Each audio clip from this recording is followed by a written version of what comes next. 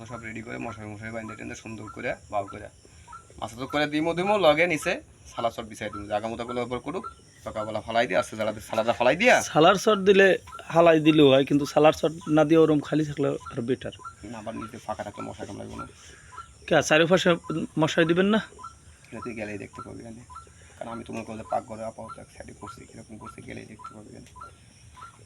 মানে পুরো মাটি পর্যন্ত যাওয়া যাবে না? না মাটি তো মিনিমাম এত উপরে না, কই মাটি পর্যন্ত মশারি যাইবে না। সাইডে তো আমি ফাঁকা রাখতে পারেন খুঁড়ি লগে বাঁশ দিয়ে টাঙা দিয়ে জয়েন্ট দিচ্ছি না, ফাঁকা তো রাখতে পারি না। আমি তো ছাগলের ঘর যখন উঠাবো তখন ওইভাবে সুন্দর করে প্ল্যানিং করে উঠাবো, বুঝো না?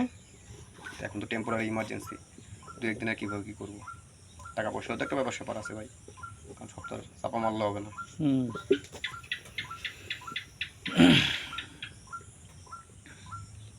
আসি তারপর হাতে সময় নিয়ে সুন্দর করে উঠাবো। আমার তো মিস্ত্রি লাগবে না, নিজেই মিস্ত্রি। এই ঘর উঠাইছি 1 লাখ লা, ওই যে মিস্ত্রির সাথে খারাপ হয়েছে কি? ও ঘর এখনো করিনি। ওই যে ওই পান্নায় তখন একটু চ্যাপটা ছিল, টিন হালাইয়া বাঘা সোজা মাপ দিয়ে ওই ফুকায় আবার স্ক্রুপ মেরে দিছি। আর এই ফুটা কাটতে নেই, এই ফুকা সোজা লোয়া মারি দাগ রাখা আবার লোয়া প্লাস দিয়ে টাইনে উড়াইছি, উড়াই